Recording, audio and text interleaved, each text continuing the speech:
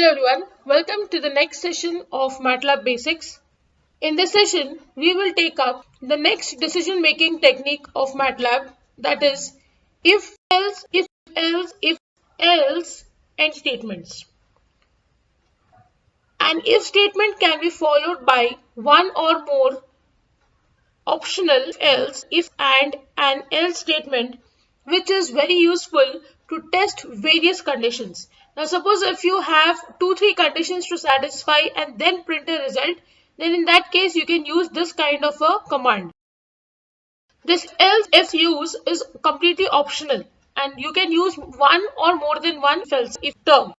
But the only thing is, this is the same the if else command that you know. It's only that else if has been added in between. When using if, else statements, there are few points to keep in mind. An if can have 0 or 1 else's and it must come after any else ifs. So you should write if, then any else if you have, and last should be else. An if can have 0 to many else ifs and they must come before the else. It's the same statement and you can have more than one else if. Once an else if succeeds, none of the remaining else ifs or else's will be tested.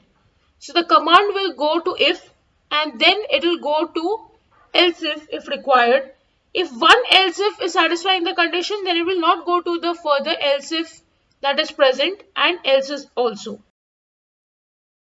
So let's see the syntax. If given expression executes when the expression 1 is true.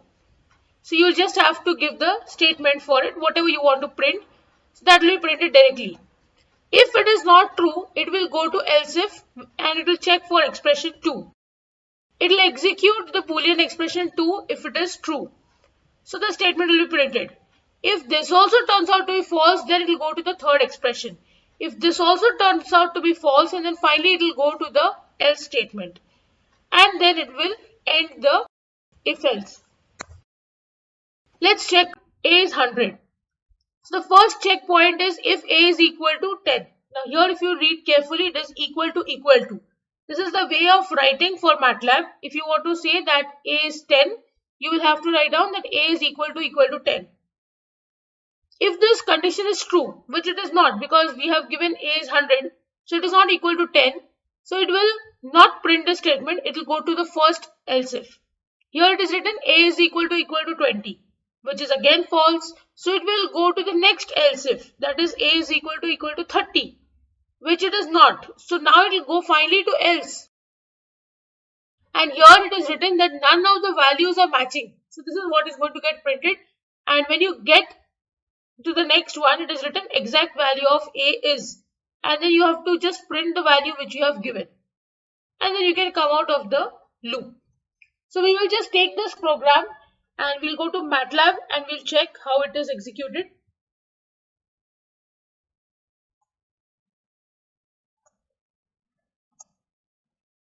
New script. I'll save it as C5. Let's run the file. You can see since it is 100, none of the values are matching. Exact value of A is 100. Now suppose if I give this as 10. Look very carefully. When it is 10, it will satisfy the first condition itself. So it should actually print the value of A is 10. It should not go to any of them and it will not, because the first condition itself is satisfying the value. So you don't have to go to the next one. So let's write C5. See, A is 10. Suppose if I write A is 20 and run this program again, it should print this statement, value of A is 20. So you can see here, value of A is 20. It is printing this one, which means it has read the first if and first else if. Now suppose if I give 30, it should print this statement, value of A is 30. So it should actually go to the first if and two else ifs. It will not go to else. So let's write C5 and run it again. You can see value of A is 30. Now suppose if I give the value as 40,